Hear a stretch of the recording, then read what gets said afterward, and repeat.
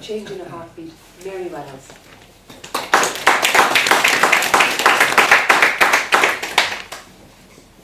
How many of you would agree with the statement that life is 10% of what happens to us and 90% of how we go about dealing with what happens with us? I'm a Toastmaster, fellow Toastmasters and guests. I'm going to tell you a story about somebody who's very close to me, my husband Tom.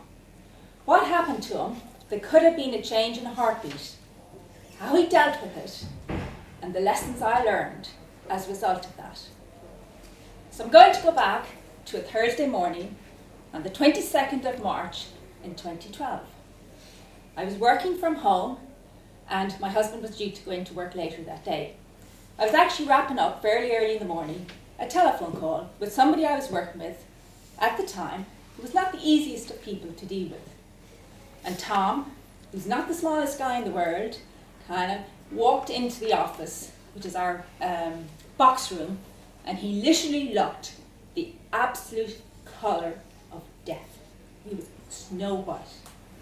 And he just stood there, and he asked me to take him to A&E in Naas immediately.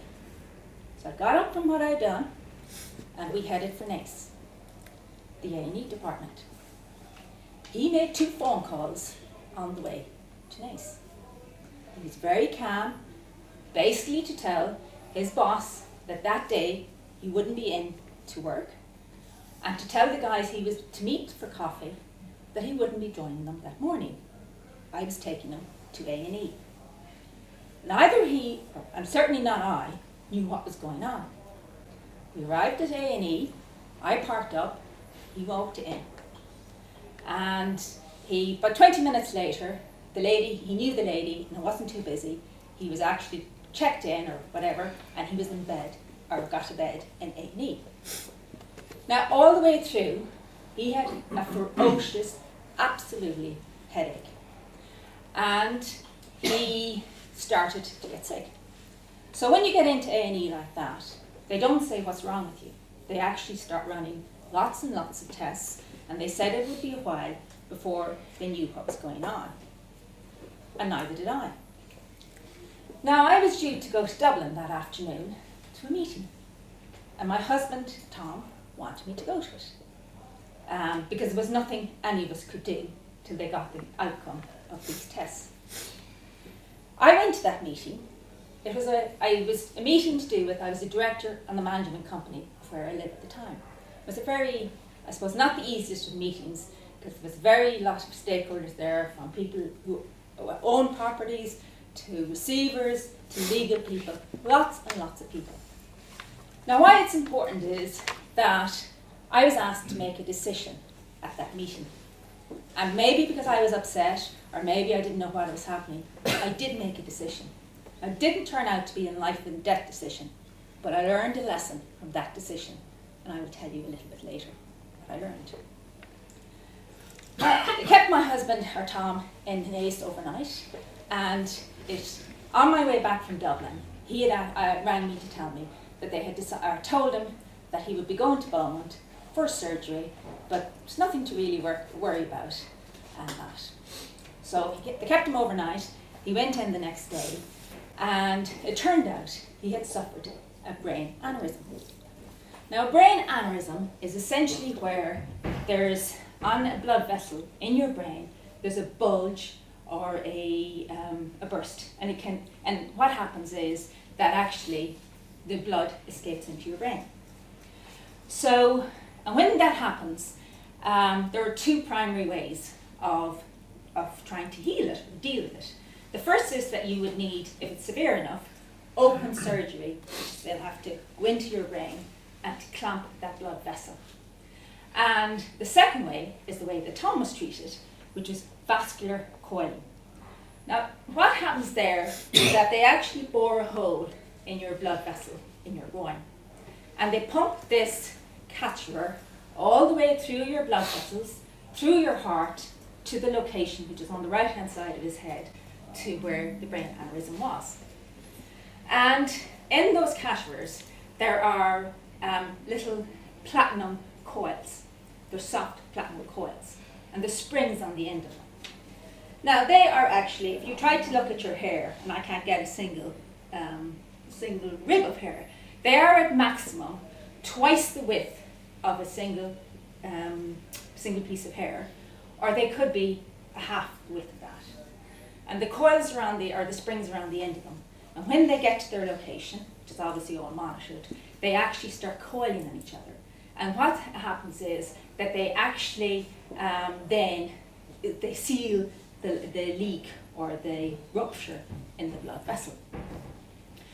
Now, Tom needed 5 of them to actually repair the rupture in his blood vessel. A couple of interesting facts about brain aneurysms. Firstly, Beaumont have said that less than 50%, so less than 1 in every 2 people in this country who suffers a brain aneurysm will actually ever make it to Beaumont. The reason being is that they are in a condition that can't be cured, or the brain aneurysm has occurred in a part of their brain that they can't operate on. The second fact is that as a result of undergoing the procedure that Tom had to undergo, there is a 45% chance, which I did not know at the time, of somebody incurring a stroke. And a stroke is simply where the oxygen is starved to your brain. And that has very serious impacts. It could leave you blind. It could leave you disfigured. It could leave you not able to walk, not able to talk, not able to have short-term memory or memory loss. So it's quite serious. But you have to, if you're in those circumstances, you have to have that surgery. And the third fact is that for every 10,000 procedures that Beaumont actually carry out, there will be problems with 2,000 of those. So 1 in every 5, because the coils don't actually settle and seal. Well, and that takes a couple of years for that to be determined. Now Tom was very lucky. First of all, he made it to Beaumont. Secondly, he actually went through the procedure and it was very successful. And a couple of weeks ago, almost 4 years to the date, he actually was back in Beaumont to have a checkup. And they have deemed it successful in terms of its sealing and repairing. So for all intents and purposes, if you met Tom, he looks totally ordinary and he'd never been through something that was as traumatic and that could have changed his life in a heartbeat. So that's, I suppose, at the end of the day, I've learned a couple of lessons, cutting a very long story short. I said at the beginning, or earlier, that I went to a meeting the day it happened, and that I made a decision that actually, ultimately, wasn't life or death, but because, I suppose I learned from that, it cost a lot of money, it cost a lot of time, and it even cost legal money, which wasn't my money, to unravel the decision that day, or the impact of that decision I took in that meeting. So I learned that when you're stressed, and it's good to take time to think about it before you make major decisions that have impacts either on your own life or on somebody else's life. The second lesson I learned is bad things or nasty things happen to a lot of us, to a lot of people.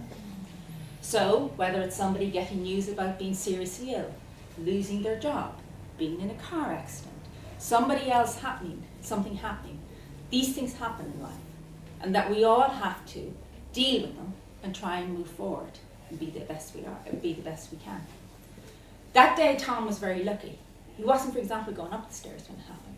He wasn't driving on the motorway, or it could have been an awful lot different. Not just him, but other people. And the third lesson I learned that day is that at the end, that we have to live for today. We all could look back. We all could think we could do things differently.